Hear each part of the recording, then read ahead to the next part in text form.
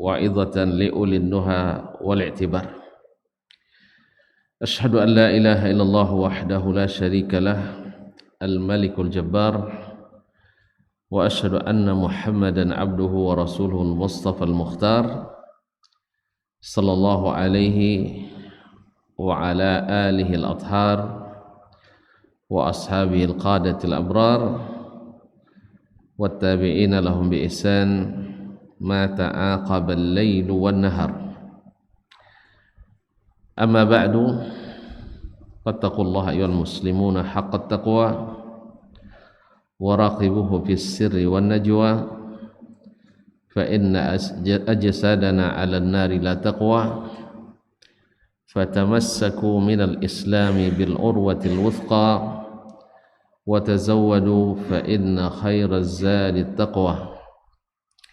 Ya ayyuhalladzina amanu taqullaha haqqa tuqatih wa la tamutunna illa wa antum muslimun. Thumma amma ba'd. Ma'asyiral hadirin wal hadirat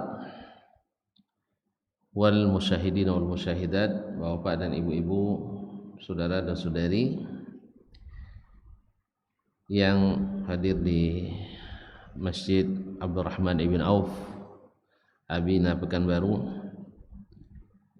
yang besar tak dipanggil gelar, yang tak bergelar tak sebut nama, ataupun yang menyaksikan melalui media dimanapun berada. Alhamdulillah, Allah izinkan kita untuk kembali berjumpa, mudah-mudahan dalam ketaatan kepadanya. Sebagai bentuk syukur kita kepadanya, kita memulai majlis ini dengan memuja dan memuji serta meninggikan namanya. Ma'asyiral kiram, salawat dan salam kepada baginda Nabi alaihi salatu wassalam, bahwasanya Nabi kita alaihi salatu wassalam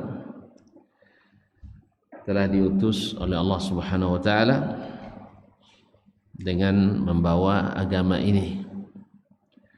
Beliau telah berjuang, telah berjihad, menyampaikan risalah, menasihati umat, dan mudah-mudahan kita termasuk penyambung estafet perjuangan beliau.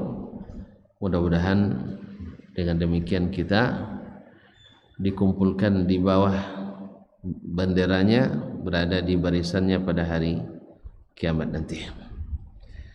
Kaum muslimin, kaum musliman yang dirahmati Allah Subhanahu wa taala. Tema kajian kita malam ini atau petang ini mendeteksi kesesatan. Awalnya mendeteksi kebenaran, ya. Akhirnya diubah sama panitia menjadi mendeteksi kesesatan. Bagaimana mengenal ini sesat, ini bukan sesat? Judul ini diangkat karena orang sering berdebat untuk sesuatu yang sebenarnya sudah final, tak perlu debat lagi. Tetapi subhanallah, wa kana al-insanu aktsara syai'in jadala. Manusia itu memang suka banyak berdebat. Barang yang sudah terang jadi tidak nampak lagi atau buram, yang jelas jadi abu-abu, yang terang benderang menjadi kelam. Mungkin akibat langsung dari belajar ilmu kalam, ilmu kalam yang terang jadi kelam. Sebagian berpendapat, karena memang pendapat tentu akan berbeda, dia bukan dengan ilmu tapi menurutnya, bahwa masalah sesat menyesatkan itu berat sampai ini benar. Oleh sebab itu kau tak sanggup, hanya Allah saja yang sanggup menetapkan sesat atau tidak sesat. Ini juga benar. Tapi kapan baru diketahui ini sesat? ini tidak sesat baru di akhirat. Nah, ini yang syubhat. Ini yang syubhat. Memang memutuskan seseorang ini sesat atau tidak sesat itu berat. Tidak boleh kita sembarang menyesatkan orang. Ya, boleh menyesatkan orang? Ajak dia sesat? Tidak boleh menyesatkan orang. Kecuali memang ternyata punya dalil dan bukti yang jelas. Apalagi kalau sampai mengafirkan atau menghukum syirik atau musyrik atau mengeluarkan dari Islam, itu berat. Tidak boleh sembarangan, betul. Yang kedua, tidak ada yang berhak memutuskan ini sesat, ini tidak sesat, kecuali memang siapa yang menentukan ini sesat dan sesat? Siapa? Kan baru dibilang mukaddimahnya, kecuali la haula wala quwwata illa billah. Yang menentukan ini sesat, ini tidak sesat, siapa? Allah. Tidak boleh kita. Sebab orang sesat akan menghukum orang lain juga sesat kalau diserahkan pada manusia. Sah? Seluruh aliran sesat menganggap aliran yang lain sesat. Dia bilang jangan sesat menyesatkan, dia sendiri sudah menghukum orang lain sesat. Biasa itu. Makanya kaum muslimin dan muslimat, hukum menyesatkan dan yang punya kuasa menyesatkan hanya Allah Subhanahu wa ta'ala. Nah, apakah sesat itu bisa diketahui sekarang atau tunggu akhirat dulu? Bisa sekarang atau bertemu Allah? Kaum muslimin dan muslimat, ini yang jadi syubhat. Sehingga dengan syubhat ini orang mengatakan antum tidak boleh. Ini saya dengar kalimat ini sejak masih SMA lagi. Tidak boleh secara a priori atau a priori secara sepihak, secara pasti mengatakan ini benar, ini salah. Apa sebab? Yang tahu kebenaran mutlak hanya Allah Tabaraka wa Ta'ala. Kita tidak tahu. Ini bunyi tawadhu, bunyinya merendah kepada Allah, tapi sebenarnya adalah ingin membuat orang ragu-ragu dengan agama Allah Subhanahu wa ta'ala. Kaum muslimin, kaum musliman yang dirahmati Allah Subhanahu wa ta'ala,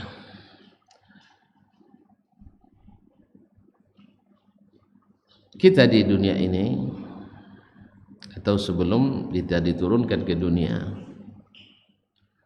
masih lagi kalau belum turun berarti sebelumnya di mana? Kalau belum turun ke dunia, berarti sebelumnya kita di mana? Datuk kita, Adam dulu di mana? Ya di atas. Namanya aja turun, tentu dari tentunya subhanallah. Ada turun selain dari atas? Enggak ada. Semua yang turun dari atas.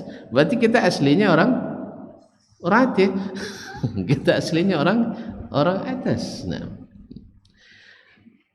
kita lihat ini ikhwan kaum muslimin muslimat, supaya kita tahu yang mana yang sesat, mana yang tidak sesat. Allah ceritakan kisah awal mula kita berada di tempat ini. Sah? Apa awal mula kita di sini?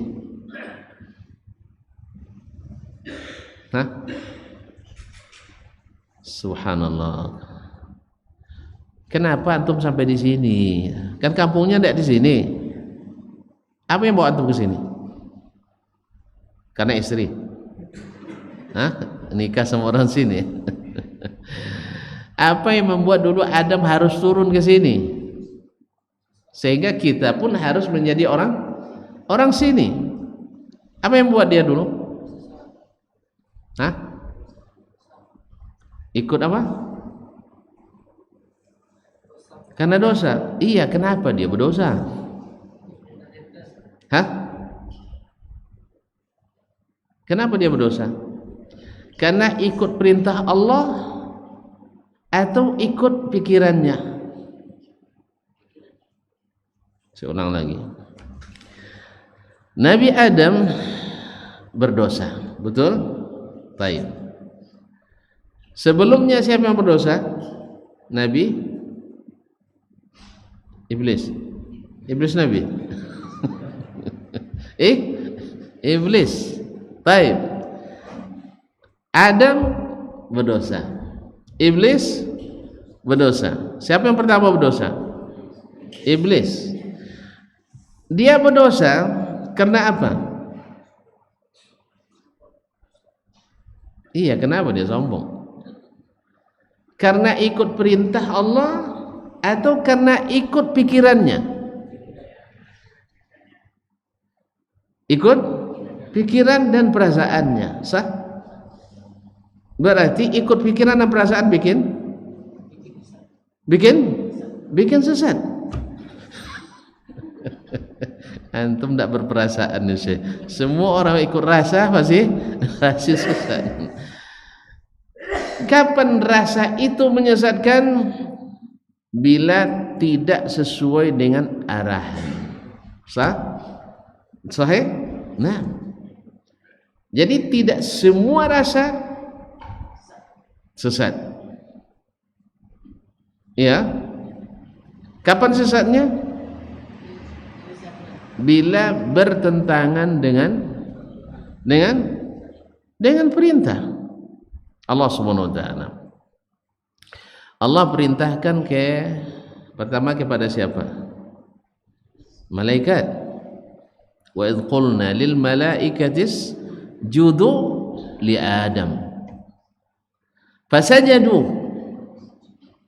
Malaikat kan memang tidak banyak ikut perasaan dan pikiran, karena mereka sudah paham betul, ya, karena mereka tidak punya nafsu, tidak punya hawa, sehingga mereka menjadi orang-orang yang patuh,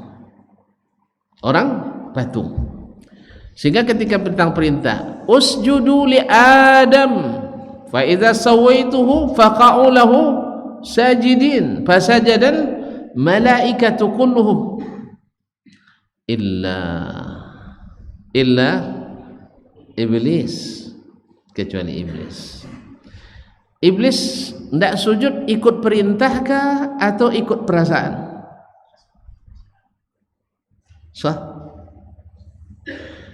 Mungkin mendengar kata-kata perasaan baru untuk menggunakan ini, ya. Perasaan itu melahirkan hawa, keinginan. Pikiran itu juga melahirkan keinginan. Keinginan itu bahasa Arabnya hawa. Makanya yang ikut perintah siapa? Yang ikut perintah siapa? Malaikat. Selamat sampai sekarang, sehingga malaikat jadi masyarakat atas terus, tidak disuruh turun ke sini, kecuali karena tugas-tugas. Itu pun gara-gara kita juga. Nah, ma'asyiral kiram dirahmati, semua Allah ciptakan dengan hikmah tentunya. Taib. Habis itu iblis dah izhab fa innaka rajim. Iblis ditanya, ma mana'aka, apa yang menghalangimu, an tasjuda lima khalaqtu biyadai, yang sujud kepada hamba yang aku ciptakan dengan dua tanganku. Nah, ini Allah bilang dengan dua tanganku, yang lain ikut pikiran lagi, tidak mungkin Allah punya tangan. Nah, ikut perasaan lagi enggak? Ikut perasaan lagi, sesat enggak? Nah, antum nyesatkan orang. Iya, Allah bilang begini, dia bilang begitu. Dari mana alasannya? Pikiran. Tidak mungkin Allah punya tangan. Di mana dia katakan tidak mungkin? Dari mana? Dari pikiran, dari perasaan. Ada dia punya bukti? Enggak. Dia punya padanan? Tidak. Dia punya berita dari Allah bahwa Allah tidak punya tangan? Tidak. Yang ada justru Allah punya tangan. Lalu dia ikuti perasaannya, akhirnya dia tersesat lagi. Berarti seluruh yang mengingkari Allah punya tangan aliran antum yang sesatkan orang ini. Iya. Kalau masalah berpikiran, iblis lebih cerdas. Sah? Dia lebih cerdas. Dia bilang, "Ana khairum minhu." Saya lebih baik dari dia. Ini apa namanya nih? Hah? Kalimat dia bilang saya lebih baik daripada Adam. Kenapa disuruh? Namanya apa ini? Hawa. Namanya ikut hawa. Dia tahu enggak yang memerintah Allah? Tahu. Yang perintah Allah boleh dibantah? Enggak. Tahu dia Allah itu harus dihormati? Iya. Tanda hormat pada Allah perintahnya dikerjakan, perkataannya dibenarkan, larangannya dihindarkan. Kan itu tanda kita mengagungkan Allah Subhanahu wa taala. Nah, iblis tidak ikut perasaannya. Memang ini perintah Allah, cuman mana tahu bisa tidak dikerjakan ini. Mana tahu bisa tidak dikerjakan. Akhirnya Allah murka tidak? Marah enggak? Pada iblis punya perasaan baik atau itu enggak? Dia perkiraan iblis ini perkiraannya baik apa buruk? Baik. Kan masa saya disuruh sujud padanya, tapi ternyata dihukum Allah aba was takbar. Walaupun dengan niat baik antum melanggar, tetap dihukum. Ya Allah ya Rabbi. Walaupun dengan perasaan ingin menunjukkan kelebihan, bahwa saya ini berpikir, bahwa saya ini tidak langsung tunduk, bahwa saya punya perasaan, saya tonjolkan perasaan ini dengan baik. Nah, apakah iblis selamat daripada syab aba wastakbar, enggan dan sombong? Enggak, tetap sombong. Apa sebab? Kamu sudah tahu iblis, yang perintah ini Allah boleh dibantah, Allah boleh diingkari beritanya? Ya tidak boleh. Makanya kamu tersesat. Taib kaum muslimin dan muslimat dirahmati Allah. Akhirnya dua-duanya tersesat kan? Dihukum sesatnya dua-duanya. Dihukum sesat enggak dua-duanya? Iya. Cuman yang satu mau bertaubat. Fatalaqa Adamu min rabbih kalimatin fataba alaihi. Allah ajarkan kepadanya kalimat-kalimat yang itu untuk bertaubat, maka dia bertaubat, Allah terima taubatnya. Cuman hukum sudah diputuskan. Kan wala taqraba hadhihi syajarata fatakuna minadh dhalimin. Jangan dekati pohon ini, nanti kamu berdua zalim. Orang zalim dihukum apa enggak? Ya dihukum. Cuman hukumannya ringan, hanya turun ke bumi. Kalau sempat hukumannya berat kayak iblis, enggak ada harapan kita. Untung Adam bertaubat. Hukuman tetap kita jalankan. Untung pula umur kita enggak panjang-panjang. Kan ya? Kalau sempat umur antum 950 tahun, falabitha fihim alfa sanatin illa 50 aman, seperti Nabi Nuh alaihissalam. Kalau sempat kita berdakwah 950 tahun, ya Allah, azab kita. Ya kena persekusi, kena fitnah, kena provokasi. Enggak. Untung umur kita hanya 60 sampai 70 tahun.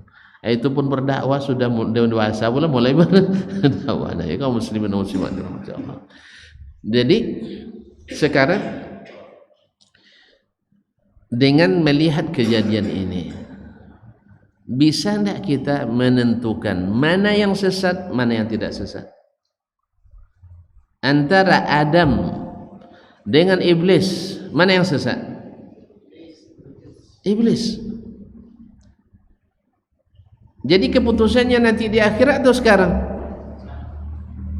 Ustaz, bahwa keputusan bahwa iblis dan para pengikutnya sesat dan Adam alaihissalam dan para pengikutnya dapat hidayah, keputusannya besok setelah di padang mahsyar atau sekarang sudah ada keputusan? Sudah ada keputusan. Berarti bisa tidak kita menentukan sekarang ini mana yang sesat, mana yang tidak sesat? Bisa? Nah, kalau bisa selesai kaji. Kalau ditambah tuh, berarti itu sudah bisa mengindikasikan ini indikasi sesat, ini terindikasi dapat hidayah. Jelas? Jadi tidak ada istilahnya harus nunggu dulu padang mahsyar. Masalahnya ini kalau sesat itu masuk neraka. Masuk neraka itu neraka milik Allah, bukan milik kita. Syekh, kita juga memang tak tahu entah masuk neraka entah tidak. Tapi saya berharap tidak. Makanya saya ingatkan antum jangan tersesat. Sebab sesat itu masuk neraka. Kalau tidak untuk apa para nabi dan rasul semua jadi utus? Kalau seandainya baru tahu sesat dan sesatnya besok di akhirat, paham saya? Sekarang yang ikut Nabi kita alaihissalatu wassalam, ikut Nabi Muhammad sallallahu alaihi wasallam, berakidah seperti yang dia sampaikan, beribadah seperti yang beliau contoh dan perintahkan, berakhlak dan beradab seperti yang dia yang dia teladankan, kemudian bermuamalah seperti yang beliau lakukan. Antum berada di atas hidayah atau dalam kesesatan? Tidak bisa kita putuskan. Oh, ini sebulan ini orang dapat petunjuk nih. Apa itu buktinya? Masya Allah, salat 5 waktu di masjid. Sah? Kemudian puasa Ramadan hadir terus, haji ditunaikan, zakat dibayarkan, syahadatnya Masya Allah. Terus kita bilang ini orang dapat hidayah. Lalu si fulan tak pernah nampak di masjid, ya, kecuali ketika sudah saf pertama dia. Tak paham? Lainnya yang di depan. Dia yang paling di depan baru ke masjid. Jalan yang dia tempuh sesat apa tidak?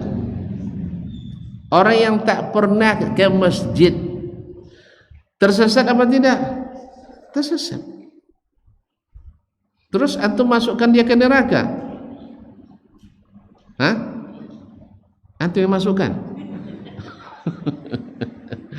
Masalah hukum neraka atau bukan, keputusannya ada di tangan sang pemilik neraka. Benar.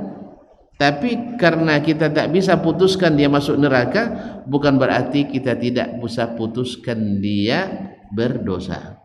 Sah? Betul tak? Kalau tidak ada dakwah, tidak ada ilmu, tidak ada ulama, tidak ada nabi, tidak ada rasul, semua tidak ada. Apa sebab? Apa cuma nabi tidak tantur? Tanya ke nabi, ya Rasulullah, Abdullah bin Ubay, Abdullah bin Ubay orang dapat hidayah itu tersesat.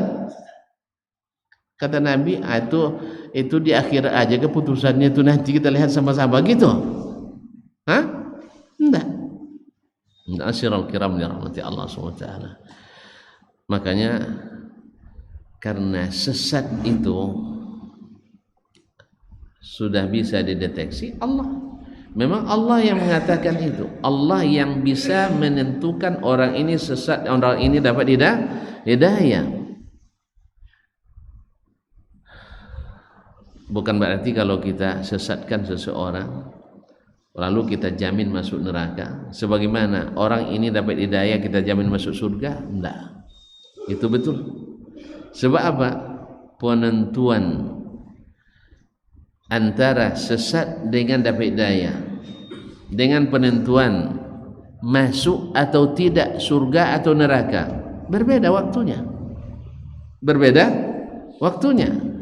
Dapat hidayah atau tidak sudah ada keputusannya di dunia.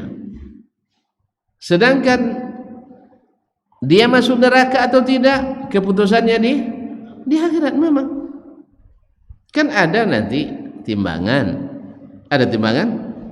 ada perhitungan hisab. Ada enggak? Sekarang ketika saya hukum, tadi kan kita katakan Nabi Adam alaihissalam pernah melanggar. Ketika dia melanggar dapat hidayah atau tersesat waktu itu? Tersesat. Tapi Allah ampuni. Kenapa dia Allah ampuni? Dia bertobat. Iblis kok tidak diampuni? Dia membangkang. Gitu. Coba baca kisahnya dalam surah Araf itu. Tatkala falamma dhaqa asy-syajarata badat lahuma sawatuhuma wa tafiqa yakhsifana min waraqil jannah. Ketika mereka sudah mencicipi buah pohon itu. Kalau iblis bilang pohon khuldi, pohon keabadian. Badat lahuma sawatuhuma, tanggal seluruh pakaiannya. Jelas? Maka mereka pun berlindung dengan daun-daun pohon yang ada di surga, melindungi nutup auratnya. Nah, kemudian Allah ilhamkan ke Adam kalimat dan mereka menyesal telah berbuat. Iblis ada menyesal? Ya enggak. Nah, ketika iblis tak menyesal, dia langsung ditetapkan, kamu izhab fa innaka rajim. Pergi kamu betul-betul terkutuk. Dan itu sampai hari kiamat terkutuk dan diputuskan kekal di neraka. Adam alaihissalam tidak. Anak cucunya, ya, karena memang tabiatnya anak manusia kadang salah lalu bertobat, kadang salah kadang bertobat. Maka Allah SWT dalam hadis qudsi katakan, innakum tukhti'una bil-laili wan-nahar. Sesungguhnya kalian berbuat dosa siang dan malam. Siang dan malam. Wa inni aghfiru dzunuba jami'an, dan saya siap mengampuni semua dosa. Dalam hadis lain disebutkan oleh Nabi SAW, innallaha yabsutu yadahu bil-laili liyatuba musii'un nahar. Allah membentangkan tangannya. Nah, ini membentangkan kekuasaan lagi nih. Yang tidak mau menerima berita dari Allah berarti berkeyakinan sesat. Allah katakan begitu, lalu dia katakan yang lain, berarti tersesat. Dia berniat sesat atau tidak? Dia berniat sesat atau bukan? Enggak, niat. Enggak ada orang yang berniat sesat, enggak ada. Nawaitu an adhilla, enggak ada. Makanya, mana mungkin saya sesat? Saya itu justru karena berimanlah maka saya katakan itu. Anda yang tidak beriman, awak pula yang sesat katanya. Apa sebab? Sebab antum beriman dengan zahir Quran. Beriman pada zahir Quran itu kufur katanya. La haula wala quwata illa billah. Beriman dengan makna zahir di Al-Quran hukumnya kafir menurut mereka. Padahal mereka baru bilang jangan mudah jangan mudah mengkafirkan orang. Coba bayangkan. Jangan mudah mengkafirkan orang, tapi di saat yang sama dia bilang beriman pada zahir Quran adalah kafir. Na'udzubillah. Jadi tahu enggak mereka tersesat? Ya enggak. Semua orang sesat enggak tahu tersesat. Siapa yang tahu? Ini baru dikatakan. Dah jelas kaum muslimin. Jadi keputusan masuk surga, masuk neraka memang nanti di akhirat. Apa sebab? Sebab surga dan neraka baru dijumpai surga dan neraka bila dijumpai di hari akhir, di akhirat. Kalau sesat hidayah kapan dijumpai? Ya sekarang. Hidayah dapat petunjuk dan tersesat kapan diketahui? Ya sekarang. Karena kita harus tempuh jalan itu sekarang. Menempuh jalan hidayah sampai di akhirat tidak ada guna lagi. Karena ad-dunya darul amal. Dunia ini tempat beramal. Makanya harus tentukan jalanmu sekarang. Jelas? Oh enggak, saya tempuh aja jalan semuanya, mudah-mudahan mudah-mudahan tidak tersesat. Yang begini pernah enggak beriman yang begini nih? Orang yang tidak pernah yakin ini Islam benar dan ini selain Islam tidak benar, pernah enggak dia beriman? Saya ulang lagi. Orang yang tidak yakin salat ini memasukkan surga, beriman dia pada salat? Hah? Tidak akan beriman. Orang yang meyakini Islam benar juga, Yahudi juga, Nasrani betul juga, mungkin dia Islam? Mungkin dia Islam? Tidak. Kecuali maksudnya adalah mereka Yahudi di zamannya benar, Nasrani di zamannya benar, iya, zaman Nabi Isa. Tapi kalau sekarang dia katakan Yahudi benar, Nasrani benar, Islam benar, karena sama-sama menyembah Tuhan, berarti dia tidak pernah Islam. Nah, cuman masalahnya dia masih pakai nama Muslim. Nah, itu yang jadi masalah kita. Oleh sebab itu maka siap untuk diingatkan. Kalau tidak siap diingatkan, tanggalkan Islamnya. Tapi jangan salah paham, saya tidak nyuruh orang murtad, dia salah paham ya. Ya, kalau dia tanggalkan Islamnya selesai, karena dia di luar orang Islam. Kalau orang Islam bicara tentang Islam kan urusan lain. Tapi kalau dia masih Muslim, kita bertanggung jawab untuk meluruskannya. Jadi kalau ada, makanya ikhwani kaum muslimin dan muslimat dirahmati Allah, Allah menjadikan, lihat, benar salah itu bukan diukur dengan pribadi per pribadi, tidak diukur dengan figur dan sosok. Jelas? Apa sebab? Tahu tak tuan-tuan kenapa tidak dijadikan figur sebagai alat ukur indikator kebenaran dan ketidakbenaran? Kenapa? Figur bisa bermasalah. Betul. Karena kalau figur, sebab memang fitrahnya manusia selalu terkait dengan figur lebih kuat dibanding kepada terkait dengan nilai. Sah? Jangankan kita, sahabat saja. Coba tuan-tuan, sahabat yang selalu bersama Nabi dengan mereka yang beriman di zaman Nabi tapi jarang bertemu Nabi, beda tidak menyikapi ketika Nabi meninggal? Beda kan? Makanya ada yang murtad tidak setelah Nabi meninggal? Ada. Siapa mereka? Abu Bakar. Kalau antum bilang Abu Bakar, Syiah antum. Umar, Utsman, Ali, Abdurrahman bin Auf. Tidak. Siapa mereka? Orang yang sudah disebutkan juga dalam surat Al-Quran, dalam surat Taubah, Al-A'rabu asaddu kufran wa nifaqan wa ajadur an la ya'lamu hududa ma anzalallah. Orang-orang Arab kampung itu, pedusunan itu, lebih dahsyat nifaknya dan kekufurannya, dan mereka lebih tidak tahu tentang hukum yang Allah turunkan. Dia tidak berilmu. Sebab apa? Jarang bertemu dengan Nabi alaihissalam. Makanya kalau kita jarang bertemu ustaz, jarang ngaji, siap-siap ajalah kena gelombang fitnah dan syubhat. Kalau jarang ngaji, kena kita.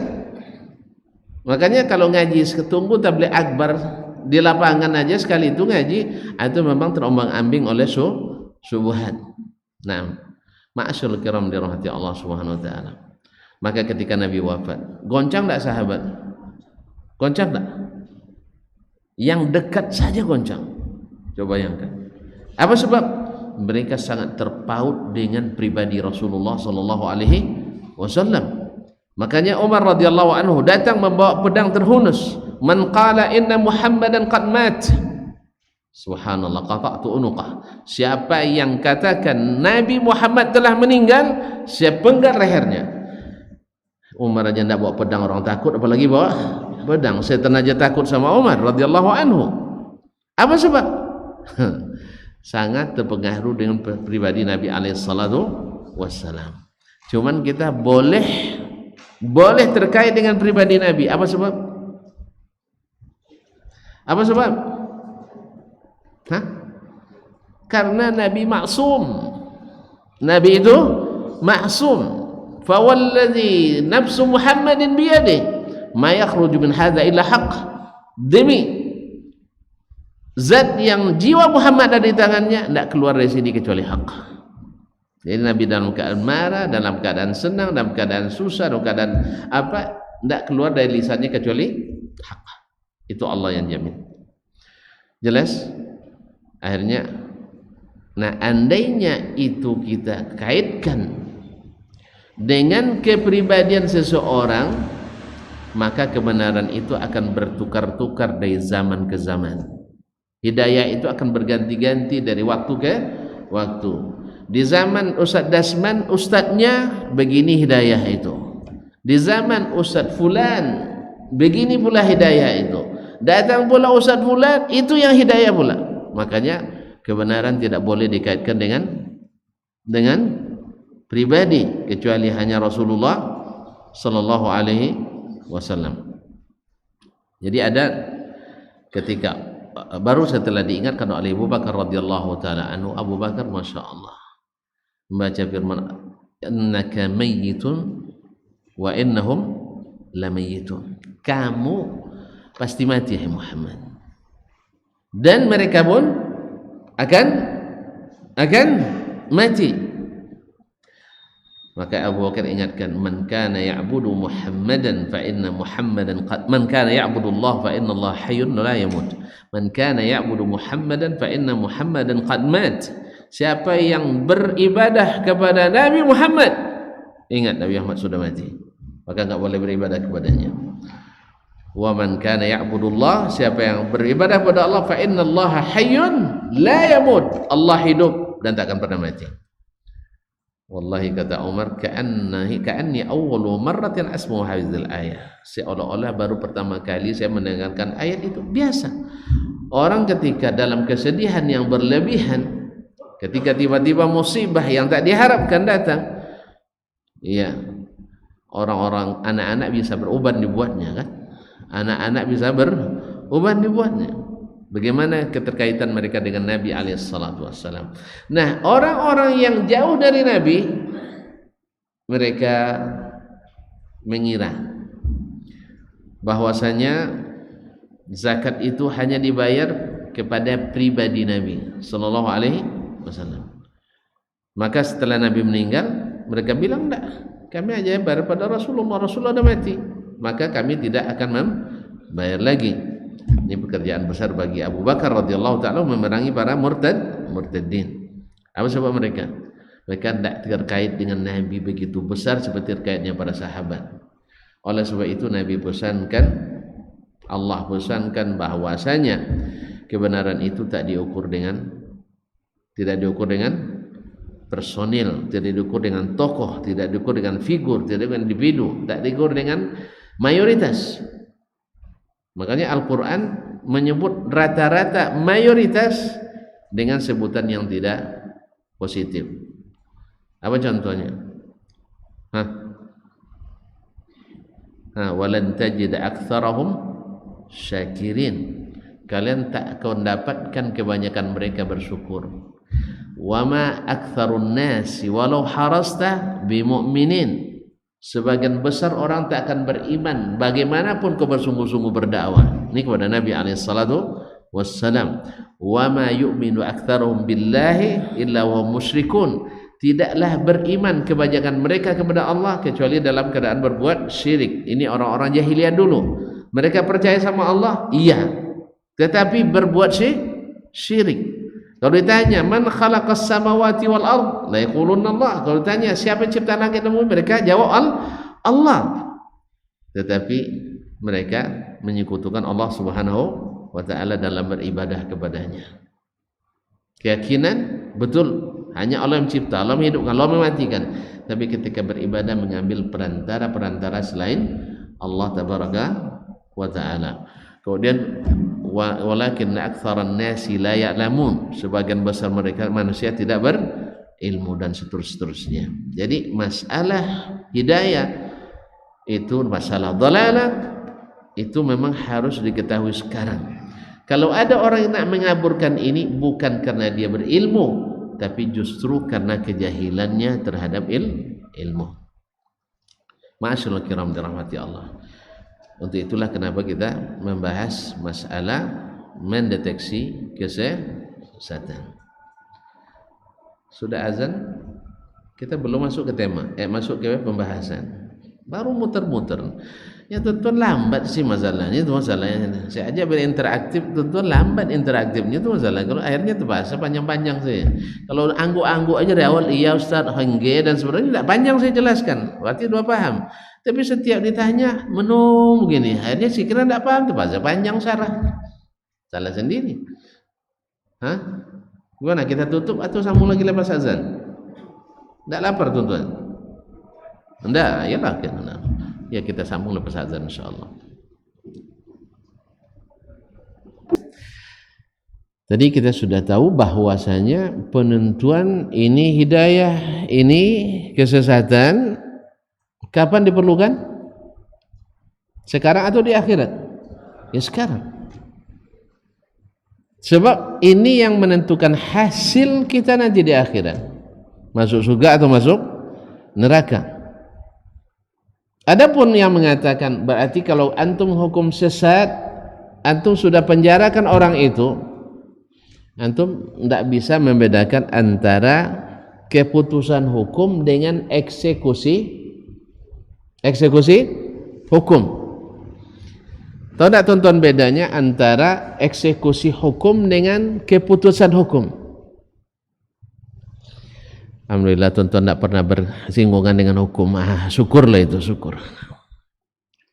Saya sering di masa di Madinah waktu kuliah, dalam waktu yang tidak terlalu lama, ya sekitar 6 tahun kurang sedikit, ya kerja, selalu dipanggil untuk sidang di Mahkamah Tinggi Madinah.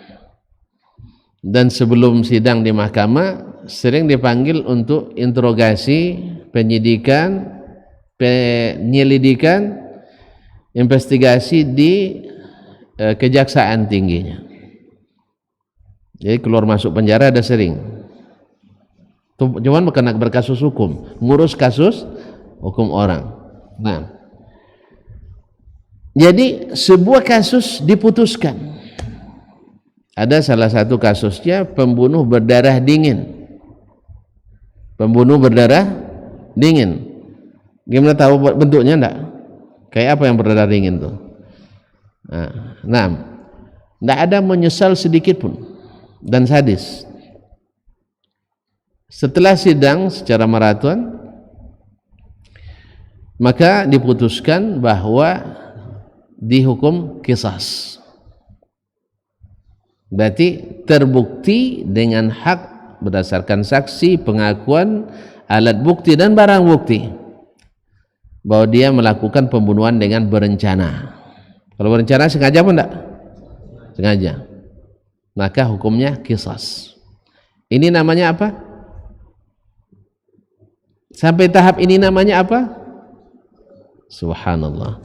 Memang tuan-tuan miskin tentang masalah hukum. Untunglah. Nah, ini namanya keputusan hukum. Apa keputusannya? Diqisas. Jelas? Nah, sekarang si fulan tidak sholat. Kita putuskan si fulan si fulan tidak sholat, berarti dia sudah melakukan dosa besar dan berhak masuk neraka. Kapan dia masuknya? Sekarang? Ya Ustaz, kapan masuknya? Sekarang? Enggak. Sama tadi, hukum tadi diputuskan sewaktu saya masih kuliah di Madinah. Baru dieksekusi setelah saya hampir 10 tahun di Indonesia. Paham? Beda enggak antara keputusan hukum dengan pelaksanaan hukum? Ya beda. Ketika saya katakan fulan sesat, ya sesat tempatnya di mana? Orang sesat tempatnya di mana? Ya neraka, betul. Tapi apakah saya yang masukkan dia ke neraka? Enggak. Sebab pelaksanaan hukumnya kapan? Di akhirat. Ini kasus pertama. Jelas? Kasus lain. Yang tadi ditunggu anaknya yang masih bayi sampai balik, ternyata setelah ditanya tetap tidak memaafkan. Yang lain sudah awal tidak memaafkan. Yang ini juga tidak. Ya kalau antum dengar kisah pembunuhannya, antum tidak akan memaafkan juga menurut saya. Saya kira lah. Nah, tidak dimaafkan. Hanya dieksekusi. Jelas? Kisah yang lain, kasus pembunuhan juga. Anaknya ada yang belum balik, masih kecil. Yang lain tidak memaafkan. Setelah anaknya dibalik, ditanya, orang tuamu dibunuh oleh si fulan, hukumnya begini, kalau dimaafkan bisa ditebus begini. Lihat, sang anak memaafkan sang pembunuh, jadi dihukum. Jadi dihukum. Enggak, antum lambat, makanya cepat dikit biar cepat selesai kita. Kalau bilang enggak, kalau iya bilang iya, kan selesai. Masa antum ditanya gitu aja sih, enggak mau sih. Bantulah saya sedikit, nah, biar cepat kita jalan. Nah. Ini nampaknya antum nak nerima aja, enggak mau saya ajak sedikit pun bicara. Sombong betul lah kalian, masya Allah. Saya ajak bicara, senang lah. Nah, kaum muslimin, beda enggak antara menghukum, memutuskan hukum dengan eksekusi hukum? Beda. Makanya menghukum si fulan sesat, walaupun tadi awal sudah saya bilang tadi, enggak boleh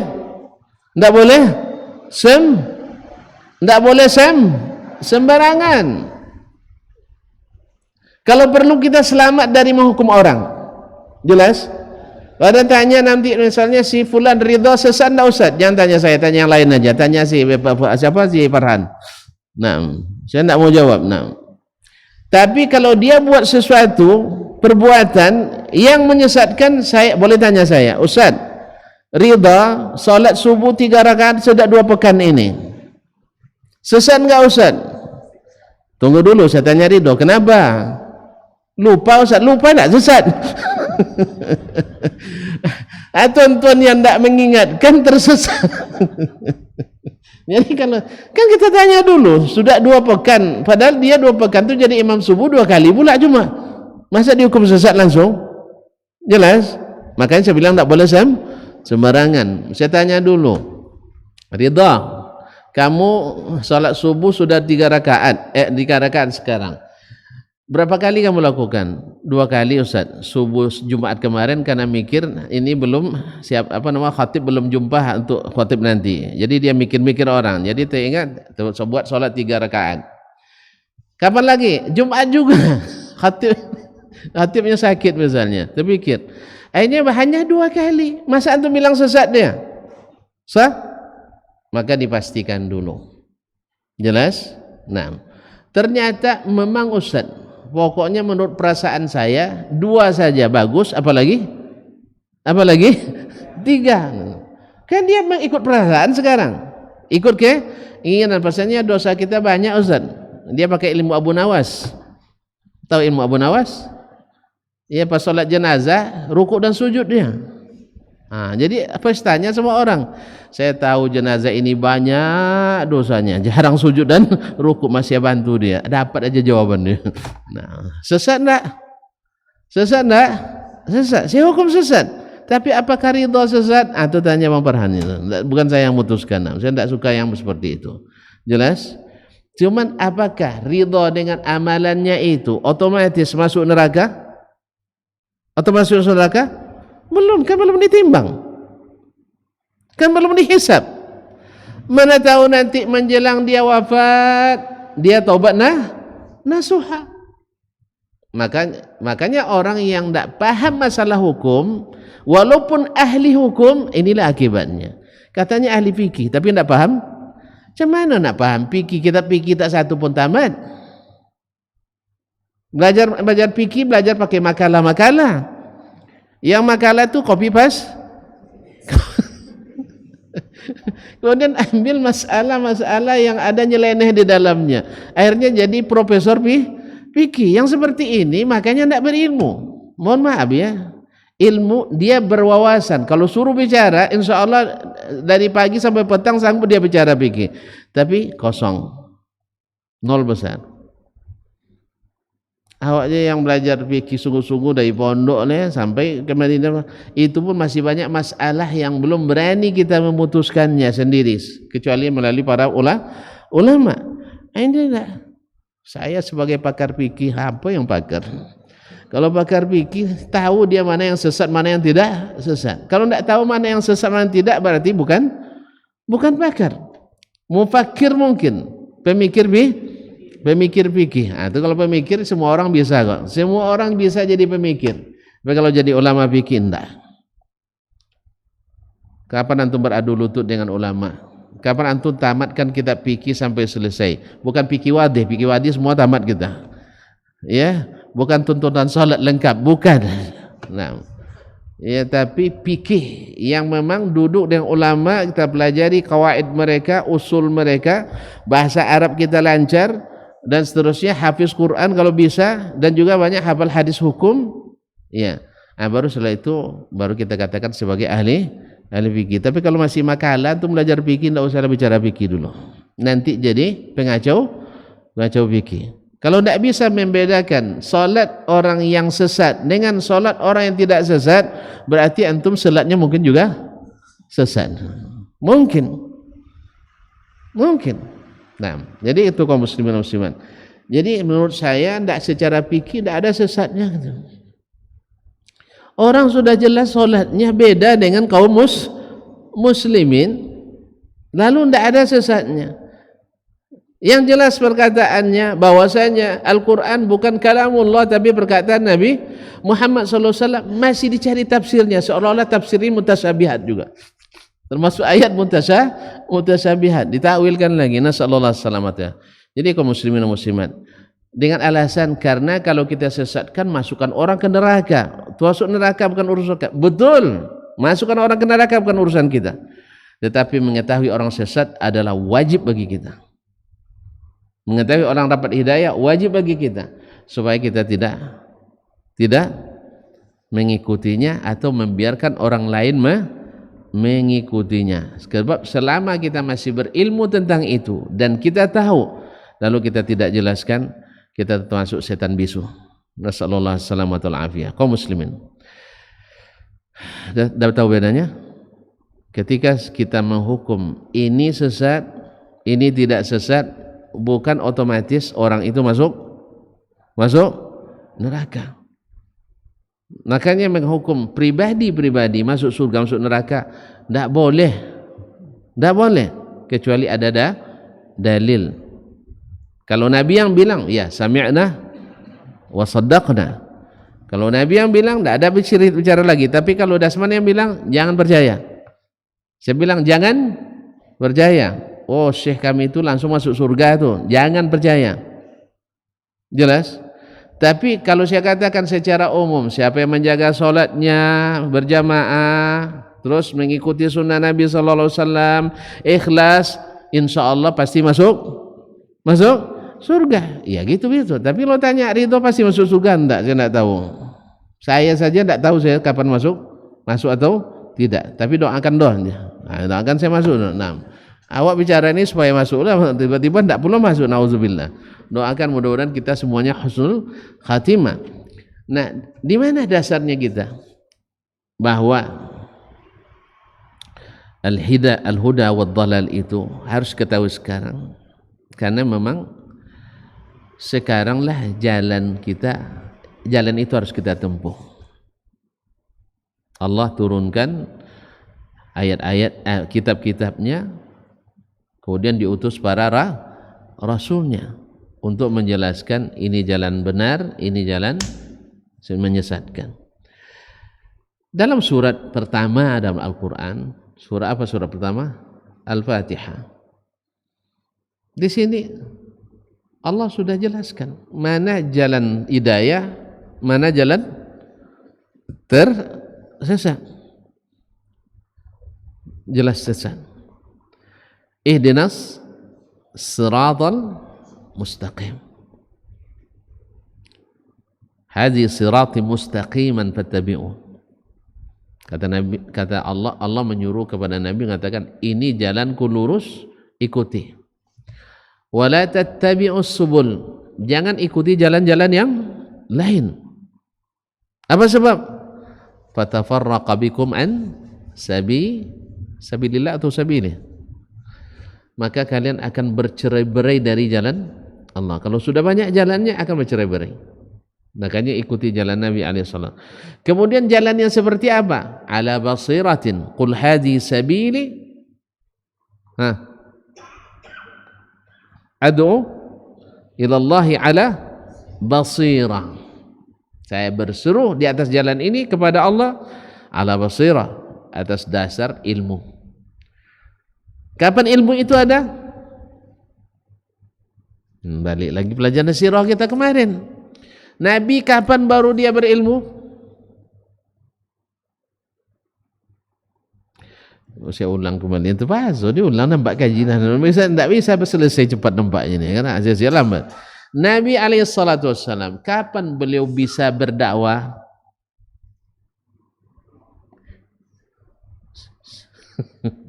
Kapan beliau bisa berdakwah?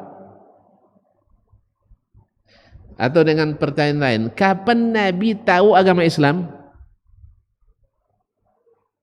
Setelah turun wahyu.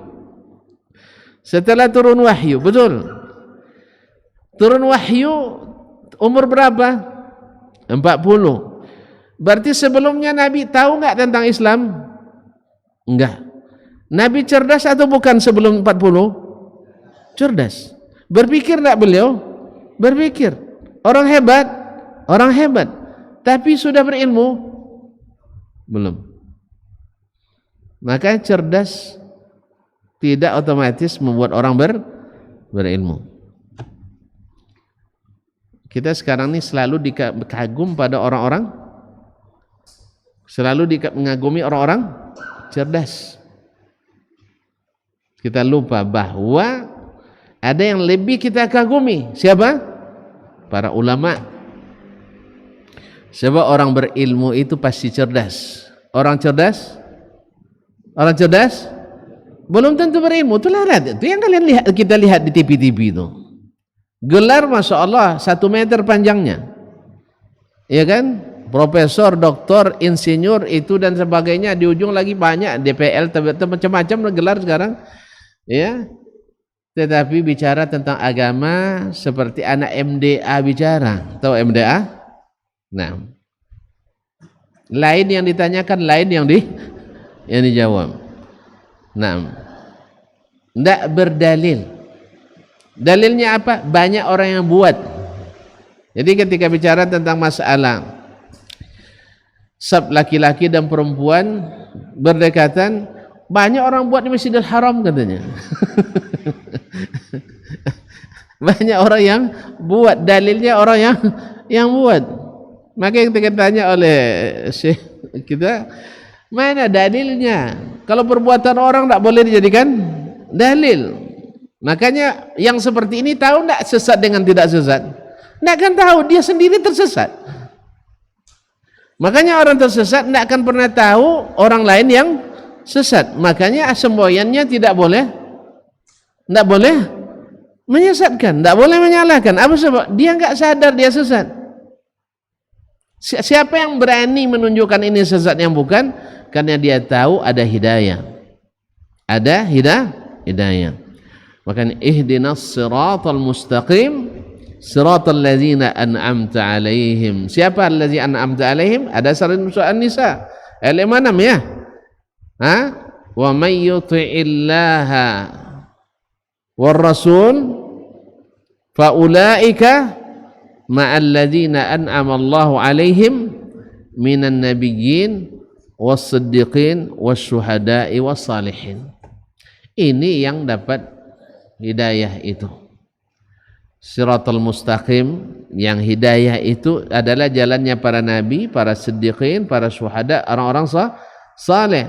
Ghairil maghdubi 'alaihim, bukan jalan orang yang dimurkai. Siapa orang yang dimurkai? Nah, kalau tafsir lama kita sering baca orang Yahudi. Sekarang tidak boleh sebut orang Yahudi, nanti berurusan dengan Kemenak dengan orang-orang Islam sendiri, para pemikir. Tidak boleh bilang orang Yahudi. Nah, tidak apalah. Kita ambil sifat Yahudi yang paling menonjol apa? Hah? Orang Yahudi, apa kelebihannya? Cerdas, tetapi tongkau, tapi tidak mengamalkan ilmunya. Kecerdasan mereka digunakan untuk membuat modus meninggalkan perintah Allah atau melanggar larangannya. Apa saja yang disuruh Allah, mereka cari alasan untuk tidak melaksanakan. Apa saja yang dilarang Allah, mereka cari alasan untuk bisa melaksanakan. Ini orang-orang cerdas, ahli syubhat.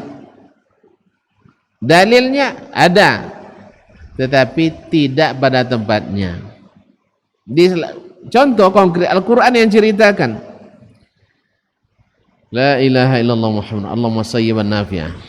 Nampaknya karena hujan kita belum berhenti lagi sampai hujan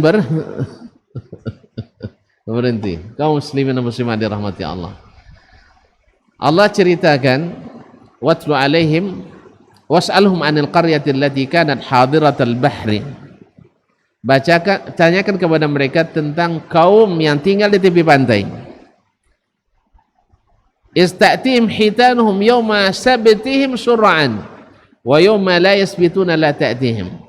Ketika Allah menguji mereka dengan banyak ikan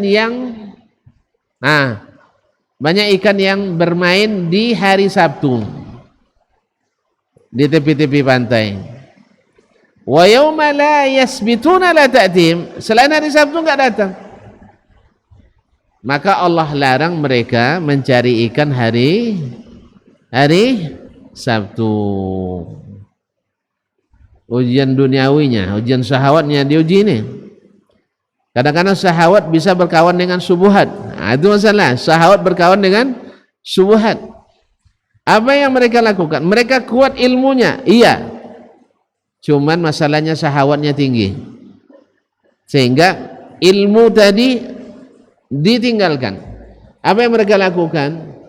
Mereka mulai menggali-gali, kalau istilah kita sekarangnya, fikih maqasid syariahnya. Mencari illah. Tetapi salah pasang, itu masalahnya. Makanya para ulama mengingatkan para fuqaha maqasidus syariah, kalau terlalu gulu menggunakan ini bisa membawa kesesatan. Sesuatu yang bukan dimaksud dalam syariah kita katakan itu maksud syariah, padahal bukan itu yang dimaksud. Maka fiqhul maqasid harus berdalil juga. Kalau tidak berdalil, itu namanya juga modus yang dilakukan oleh orang-orang yang kurang ilmu dan kurang taat. Nah, mereka katakan kita dilarang Allah supaya tidak terganggu ibadah pada hari Sabtu. Nah, kan ada cara, ada trik yang bisa kita lakukan. Apa itu? Dipasang pukatnya hari Jumat. Pas hari Sabtu ikan kan tidak pandai berpikir dia. Iya kan? Kalau ikan pandai berpikir, kawan-kawan, nah itu orang Yahudi itu pintar-pintar tuh. Ya biasanya ada modus yang mereka buat, pandai orang. Enggak. Ikan kan tidak kayak kita berpikirnya. Akhirnya datang ikan hari Sabtu, masuk dalam pukat dan jala mereka. Mereka nengok-nengok tan jauh kan. Mungkin ketika ibadah hari Sabtu di senagognya mikir juga, masuk ikan apa enggak kan. Alasannya tadi itu. Diambil hari Ahad. Dah. Kalau menurut pikiran mereka melanggar atau tidak? Enggak. Apa sebab? ibadah tidak terganggu, pencarian juga tidak terganggu. Padahal Allah bilang jangan berburu ikan, bukan jangan meninggalkan ibadah. Tidak ada ceritanya. Allah tak mengatakan jangan meninggalkan pergi ke sinagog hari Sabtu. Tidak. Yang Allah katakan jangan nangkap ikan hari Sabtu. Nah, antum pasang pukat Jumat, nangkapnya Sabtu atau hari apa? Tetap Sabtu. Karena antum tujuannya masang itu supaya Sabtu main, ikan masuk. Iya kan? Dah jelas. Ilahnya bukan karena ibadah. Ilahnya karena larangan itu ta'abbud. Ini yang kadang-kadang menular pula ilmu seperti ini kepada sebagian pemikir kita yang tidak tahu mana yang sesat, mana yang bukan sesat, karena baru tahu sesatnya di akhiran. Kalau kita insya Allah diberikan ilmu oleh Allah, tahu mana yang sesat sejak di dunia. Semoga kita tidak masuk ke jalan yang sesat tadi. Ma'asyiral kiram, waladhdallin, dan bukan pula jalan orang-orang yang sesat. Oh, berarti kita minta kepada Allah yang mustahil atau yang tidak mustahil? Jawablah. Tidak tahu kan biasa jelas kan? Nah, boleh nak minta kepada Allah yang mustahil? La ilaha illallah. Boleh nak minta sama Allah yang mustahil? Ya Allah, hidupkan kembali ayah dan ibu saya. Boleh enggak? Boleh enggak? Siapa yang bilang enggak boleh? Tunjuk tangan. Nah, kenapa enggak boleh? Karena mustahil. Ahsant. Bagi Allah enggak mustahil. Cuman hukum Allah sudah menetapkan bahwa mati hanya sekali. Kecuali orang-orang yang Allah izinkan untuk sebagai contoh bagi kita bahwa Allah mampu menghidupkan yang sudah mati. Hukum Allah sudah berlaku, yang sudah mati tak balik lagi. Andainya balik lagi, takut kita semua. Bukan.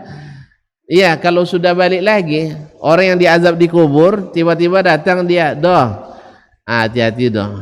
Sikit aja kita silap diazab di kubur, ini dah sulah telinga saya dibuatnya. Antum tidak punya selera makan lagi doh. Ya kan? Makanya Nabi bilang, laula annakum tatadafanun, kalau bukan karena kalian saling menguburkan, saya akan beritahukan apa yang terjadi di alam kubur sana. Jadi kita karena saling menguburkan, nanti tidak sanggup menguburkan orang nanti. Oleh itu kaum muslimin dan muslimat dirahmati Allah SWT, jadi sesat itu harus diketahui sekarang. Maka meminta kepada Allah yang mustahil boleh atau tidak? Ya Allah, beri saya istri 10, boleh enggak? Kenapa enggak boleh? Karena ini namanya al-i'tida fid du'a, dan dilarang oleh Nabi SAW meminta berlebihan. Istri 1 aja antum belum sanggup, nah minta pula 10. Kemudian syariat melarang istri lebih dari syariat melarang istri lebih dari 4. Nah, undang-undang peraturan pemerintah melarang istri lebih dari 1. Nah, baik. Jadi jangan minta yang mustahil. Nah, kalau seandainya minta jangan disesatkan, ini mustahil, untuk apa kita baca terus? Jelas? Nah, yang kedua, ini terasa cepatnya, tuan-tuan tidak boleh ngangguk-ngangguk saya tengok. Nah, yang kedua di awal-awal surat Al-Baqarah, Allah membagi umat manusia menjadi tiga golongan. A'udzu billahi minasy syaithanir rajim. Bismillahirrahmanirrahim. Alif lam mim. Dzalikal kitabu la raiba fihi hudan lil muttaqin. Alif lam mim, itulah Alkitab, tak ada keraguan padanya, petunjuk bagi orang. Nah, kalau hudan lil muttaqin, bagi petunjuk bagi orang yang bertakwa, mafhum mukhalafahnya apa? Mafhum mukhalafahnya, kalau jadi petunjuk bagi orang yang bertakwa, bagi yang tidak bertakwa tidak jadi petunjuk. Kalau tidak jadi petunjuk, kalau tidak jadi petunjuk, hasilnya apa? Kalau tidak dapat petunjuk, apa namanya? Menyesatkan. Jadi bisa Al-Quran membuat orang tersesat? Bisa Al-Quran membuat orang tersesat? Tidak bisa. Subhanallah. Hah? Innal ladzina kafaru sawa'un 'alaihim a anzartahum am lam tunzirhum la yu'minun. Al-Quran bagi mereka tidak jadi petunjuk, justru menyesatkan. Ada orang tersesat gara-gara Al-Quran? Bukan Al-Quran yang menyesatkan. Mungkin antum salah paham ya, makanya payah jawabnya. Dia tidak beriman seperti orang yang tadi, seperti orang bertakwa. Apa ciri orang bertakwa? Saya lupa dulu. Baca ayatnya dulu. Alladzina yu'minuna bil ghaibi wa yuqimunas salata wa mimma razaqnahum yunfiqun. Orang yang beriman pada yang gaib. Kenapa beriman pada yang gaib dulu? Diam lagi tuan-tuan. Karena baru diketahui orang ini beriman atau tidak pada yang gaib lah. Kalau nak beriman pada botol ini, le mineral namanya, ini tidak perlu beriman, nanti nampak langsung percaya. Ujian itu ketika tidak nampak. Kalau orang ujian tengok catatan semua, lulus tidak? Ya, tapi coba ujian yang gaib. Tidak bawa catatan, kan gaib tuh. Tahu tidak yang lulus? Beda yang lulus dengan yang tidak lulus. Itulah modelnya. Sekarang Allah beritakan tentang yang gaib. Dirinya gaib, malaikat gaib, Alkitab asal turunnya gaib. Lalu Allah katakan dengan bahasa Arab yang mubin bahwa Al-Quran kalamullah. Ada perkataan Allah, antum bilang enggak. Antum beriman apa tidak? Hah? Ini ragu lagi nampaknya. Allah bilang bahwa Al-Quran adalah perkataannya. Lalu antum bilang tidak perkataan Rasul. Antum beriman apa tidak? Kenapa antum tidak beriman? Karena antum tidak jumpa dengan Allah tabaraka wa ta'ala. Berarti antum beriman pada yang gaib? Tidak, sampai jumpa Allah dulu. Jelas? Makanya orang Yahudi dulu berkatakan kepada Nabi Musa, lan nu'mina laka hatta narallaha jahra. Kami tidak akan beriman padamu sampai kami benar melihat Allah. Nah, orang tadi tidak beriman mana hidayah, mana dalalah, sampai jumpa Allah dulu. Ini orang beriman apa tidak? Tidak. Orang sesat apa orang dapat hidayah? Orang tersesat. Allah sudah tunjukkan jalan hidayah dan tunjuk jalan sesat. Dia bilang tidak boleh menentukan sesat dan tidak sesat pada hari ini. Berarti dia tersesat apa tidak? Dia tersesat. Allah sudah tunjukkan ini jalan hidayah. Hudan lil muttaqin alladzina yu'minuna bil ghaibi wa yuqimuna as-salah wa mimma razaqnahum yunfiqun walladzina yu'minuna bima unzila ilayka wa ma unzila min qablik wa bil akhirati hum yuqinun ulaika ala hudan min rabbihim wa ulaika humul muflihun. Yang tadi itu orang yang mendapat hidayah. Berarti selain itu tidak dapat hidayah. Siapa yang tidak dapat hidayah itu? Ini innal ladzina kafaru. Langsung disebut namanya. Kenapa disebut namanya? Woi, lihat dia Syekh. Ini perlu belajar tafsir lagi kita nampaknya. Antum belum terlalu cepat tamat. Antum tidaklah belajar tafsir sama Ustaz. Jadi masalahnya. Ya, jadi kenapa orang mukmin disebutkan sharih namanya? Karena memang iman itu harus terus terang. Saya mukmin, diakui dengan lisan, diamini dengan hati dan nampak dalam amal. Harus ada identitas. Setelah itu orang kafir juga, orang kafir berani tunjukkan. Maka dia bilang innal ladzina kafaru. Ketika bicara tentang orang munafik disebut namanya. Disebut namanya.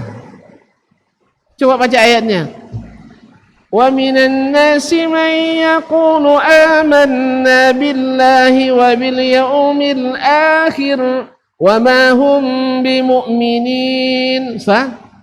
Nah, fi qulubihim maradun fazadahumullahu marada wa lahum adzabun alimun bima kanu yakdzibun. Ada namanya? Tidak ada namanya. Apa sebab? Orangnya sembunyi-sembunyi. Di depan orang Islam, amanna billahi wal yaumil akhir wa ma hum bimu'minin. Dia tidak beriman. Kalau dia beriman, tidak mungkin dia bilang yang salah benar, yang benar salah, yang sesat lurus, yang lurus sesat. Tidak mungkin. Dia harus pilih antara ini ikut Nabi benar, ini ikut wali yang menentang Nabi salah. Kalau tidak bisa mengatakan itu, berarti dia tidak jelas identitasnya. Makanya kalau dia tidak jelas identitasnya, masuk golongan mana? Yang tak berani menunjukkan jati dirinya. Dikatakan beriman, iya, amanna billahi wal yaumil akhir. Allah nafikan wa ma hum bimu'minin yukhadi'un Allah walladzina amanu. Mereka berusaha menipu Allah dan orang-orang beriman. Wa ma yakhda'una illa anfusahum. Sebenarnya mereka yang tertipu. Wa hum la yash'urun. Mereka tidak sadar. Wa idza qila lahum la tufsidu fil ard. Kalau ditanyakan, Pak, jangan merusak-rusak agama, jangan merusak, berbuat kerusakan permukaan bumi. Jawabannya apa? Innama nahnu muslihun. Justru kami yang perbaiki agama. Anda yang perlu dicerahkan. Ya, Anda yang perlu pencerahan. Kalian agamanya saklit sekali. Agama kalian ini agama ortodoks sekali. Harus Protestan kita. Ya, harus ada pencerahan. Pemikiran jangan terlalu kolot dan sebagainya. Gunakan sedikit otak itu. Kan begitu lagi. Harus sesuai dengan logika dan sebagainya. Pak, itu merusak itu. Iblis lebih dulu menggunakan logika, sesat dia. Abu Jahal menggunakan logika, sesat dia. Fir'aun menggunakan logika, sesat dia. Namrud menggunakan logika, sesat dia. Orang jahiliyah menggunakan logika menentang wahyu, sesat dia. Adam alaihissalam awalnya menggunakan logika. Kan diajak oleh iblis bermain logika. Manahakuma rabbukuma an hadhihi syajarati illa an takuna minal khalidin wa qasamahuma inni lakuma laminan nasihin. Coba bayangkan, pandai iblis merayu. Saya ini lebih tua dari kamu berdua. Jadi berita-berita yang tidak sampai ke kalian saya sudah tahu melalui pemikiran. Melalui pemikiran. Allah tak melarang kalian mendekati pohon itu kecuali karena Allah tak ingin kalian kekal di surga. Mau bukti enggak? Ada bukti empirisnya. Ada ilasan akademisnya apa? Kan Allah kan sudah sebutkan dulu ke malaikat. Ingat Adam, kamu belum lahir waktu itu, belum diciptakan. Inni ja'ilun. Sambung ayatnya. Wa idh qala rabbuka lil malaikati inni ja'ilun fil ardi khalifah. Qalu ataj'alu fiha man yufsidu fiha wa yasfiku ad-dima'. Ini terjadi setelah Adam diciptakan atau sebelum? Sebelum. Makanya dimainkan logika Adam oleh iblis. Apalagi ada Hawa di situ. Nah, bercampurlah logika dengan perasaan. Iya pulaunya. Iya pula ya. Daripada kita dikeluarkan ke bumi kan jauh tuh. Lebih baik kita makan makan buah pohon khuldi, pohon keabadian ini. Akhirnya mereka makanlah, itu akhirnya karena ikut logika lagi. Oleh itu ikhwani billah, ingat sesungguhnya logika yang diperturutkan inilah selalu menjadi sumber kesesatan di sepanjang zaman. logika yang diperturutkan, bukan bermakna tidak berlogika, jangan salah paham. Bukan makna yang tidak berlogika, tidak. Logika yang mengalahkan perintah Allah dan Rasulnya sallallahu alaihi wasallam, maka logika inilah yang membuat kita tersesat sepanjang sejarah umat manusia. Jelas? Tidak jolel ya? Jelas suaranya? Jelas, taib. Kaum muslimin, kita lanjutkan. Jadi Allah telah memisahkan, ini jalan orang beriman, yu'minuna bil ghaibi wa yuqimuna as-salah wa mimma razaqnahum yunfiqun, sampai wa ulaika humul muflihun. Ini jalan orang yang menentang, kafir terang-terangan, ini jalannya. Ini jalan orang yang pura-pura beriman tetapi ternyata tidak beriman, kaum munafikin. Dan kaum munafikin lebih banyak sifatnya. Jadi yang bersama orang kafir dia, bersama orang beriman seolah-olah beriman dia, ini namanya munafikin, zul wajhain, dunia punya dua wajah. Bersenang-senang sama orang non muslim dan sempit hatinya bersama orang Islam. Baik kaum muslimin, kita buka semuanya tuh satu-satu aja ya, secukupnya aja ya, biar menjadi bukti. Orang-orang Yahudi dulu ingin mengklaim, kalau kalian nak dapat hidayah, ikut cara kami. Ikut cara kami.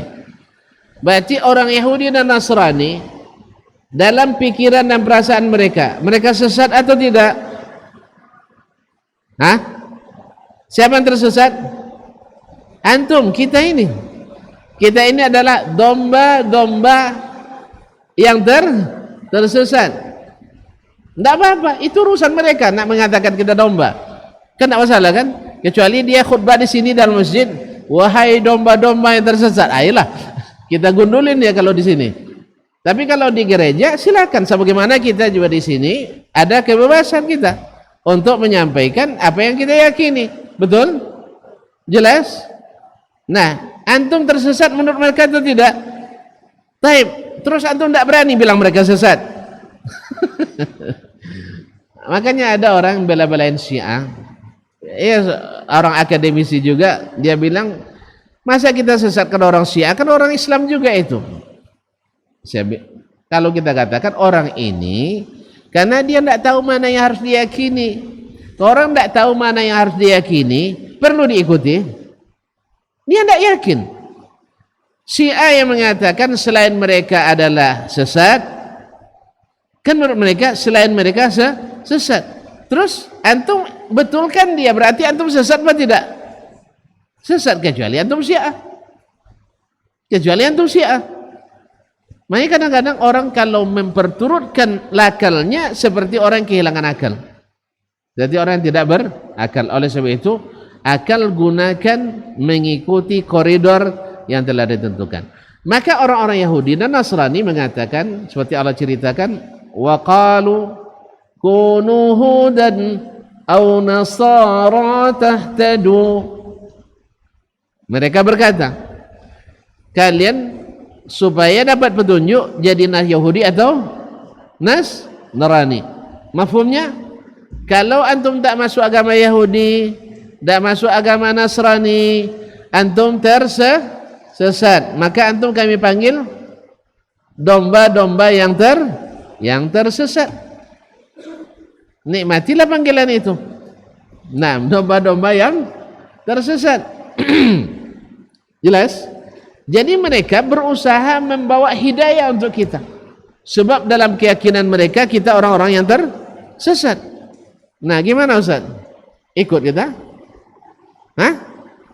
Ikut kita? Antum betul sesat atau tidak? Makanya orang sesat tak pernah sadar dia sesat.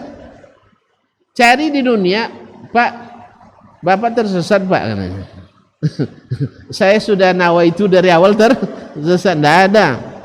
Semua orang tidak tahu dia tersesat. Di mana antum tahu sesat? Yang maha memiliki ilmu itu. Siapa? Allah Tabaraka wa Ta'ala. Maka Allah yang jawabkan, Qul, katakan hai Muhammad, bal millata Ibrahim hanifa.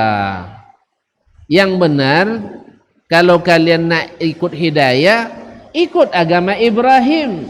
Apa agama Ibrahim itu? Hanifan, bertauhid. Bertauhid. Wa ma kana minal musyrikin. Dan tak pernah Ibrahim masuk golongan orang musyrik. Kalau kalian Yahudi Nasrani, musyrik apa tidak? Ya musyrikun.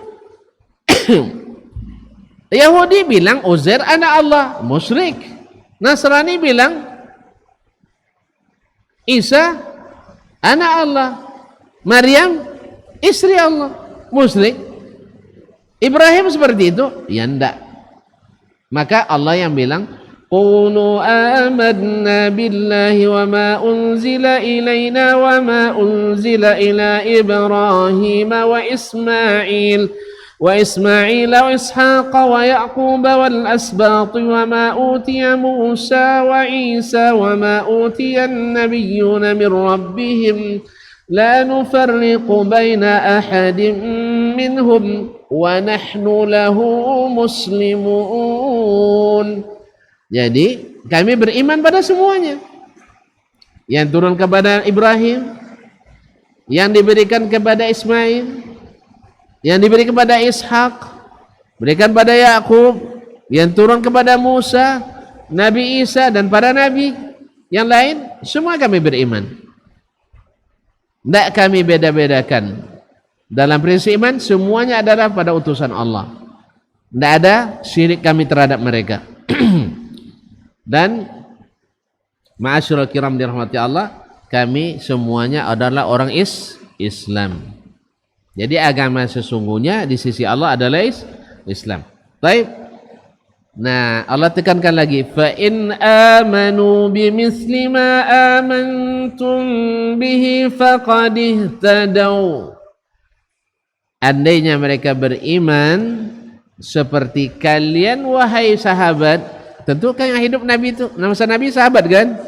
Beriman seperti kalian para sahabat, mereka benar-benar dapat hidayah. Mafhumnya? Apa mafhumnya? Siapa yang berimannya tidak seperti mereka para sahabat, berarti tersesat. Makanya siapapun yang beramal keluar daripada ijma'nya para sahabat Nabi SAW, kita tanyakan, kalian berimannya seperti sahabat atau bukan? Gitu. Oh enggak, kita kan bebas. Ya memang jalan tersesat itu bebas memang. Tapi kalau jalan yang ini rekomendasinya. Kalau masuk jalan Nabi ada izinnya. Makanya kaum muslimin dan muslimat dirahmati Allah SWT, Allah katakan faqad ihtadaw wa in tawallaw fa innahum fi shiqaqa. Andainya mereka berpaling, mereka sebenarnya dalam perbantahan yang dahsyat. Makanya kita semakin banyak kita merubah agama ini, semakin banyak perselisihan di antara kita. Ma'asyiral kiram dirahmati Allah. Saya sudahi dengan ayat yang lain yang juga membedakan antara al-haq dengan batil, sesat dengan hidayah. May yuridil faman yuridillahu an yahdiyahu yashrah sadrahu lil Islam. Orang yang Allah inginkan dia dapat hidayah, Allah lapangkan dadanya menerima al-Islam. Menerima Islam bukan menerima namanya. Kalau orang menerima namanya cukup syahadatain selesai. Tapi menerima apa yang dibawa oleh Islam itu sendiri. Ini dia menerima Islam iya, tapi Islam Nusantara. Menerima Islam iya, tapi Islam jemaah saya. Menerima Islam iya, tapi Islam menurut orang kampung saya. Islam menurut mazhab saya, menurut budaya saya. Tidak. Al-Islam bil alif wal lam. Del ahdi zihni, Islam yang dulu diturunkan kepada Nabi kita sallallahu alaihi wasallam. Wa may yurid ayyudhillahu, siapa yang Allah ingin dia sesat, maka yaj'al sadrahu dayiqan harajan ka'annama yas'adu fis sama, maka dadanya akan sesak seperti orang sedang mendaki ke tempat yang tinggi. Ya, kalau orang menengok orang mengamalkan Islam sesak napasnya, berarti dia ingin jalan kesesatan. Tapi lapang dada melihat orang menyimpang, berarti dia punya penyimpangan. Membela aliran sesat berarti juga termasuk aliran sesat. Sesama aliran sesat tak boleh saling menyesatkan. Nah, jadi oleh itu kaum muslimin, kesimpulannya untuk mendeteksi aliran sesat itu sebenarnya bila kita kenal kebenaran, kenal hidayah, maka kita akan tahu mana jalan yang sesat. Tapi kalau bermain-mainnya selalu di ruang-ruang dan zona berbahaya itu, maka kita tidak akan pernah tahu mana jalan yang tersesat itu. Maka Nabi SAW berikan patokan untuk mengetahui bahwa kita tidak menyimpang. Alaikum bisunnati wa sunnatil khulafa'ir rasyidin al-mahdiyyin min ba'di tamassaku biha addu 'alaiha bin nawajiz. Ya, kalau sudah banyak ikhtilaf, kembali kepada sunnahku dan sunnah para khulafa. Pegang teguh, gigit dengan gigi geraham. Habis itu, ikhtilaf tadi pasti akan mempunyai produk. Bisa produknya sunnah kalau berdalil, bisa produknya bid'ah kalau tanpa. Kalau sunnah berdalil, kalau bid'ah, lawannya malah lawan sunnah itu tidak berdalil. Nah, ada dalil Ustaz, tapi dalil orang dipakai untuk kita. Baju orang pakai untuk kita boleh? Tidak. Ini panjang lagi kaji nanti. Awak nak selesai sebenarnya, tapi untuk saya nak menutup dengan ini, tapi panjang lagi nanti. Saya ulang kembali. Nabi mengabarkan terjadi ikhtilaf yang banyak. Apa yang menyebut orang ikhtilaf?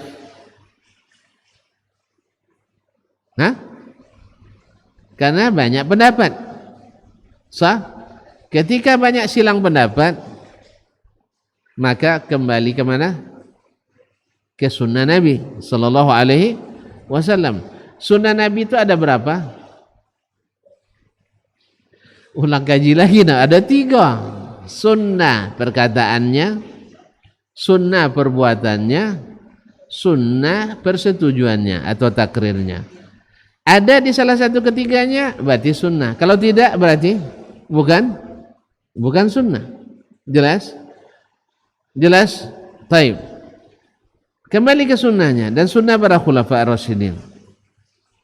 Tamassaku biha, pegang teguh. Addu 'alaiha bin nawajiz, gigit dengan gigi geraham. Karena gigi depan ditarik orang, gigi geraham dah kokoh di dalam.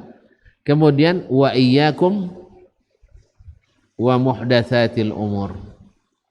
Apa makna iyyakum? Ijtanibu, jauhi hal-hal perkara-perkara baru. Fa inna kulla muhdatsatin bid'ah.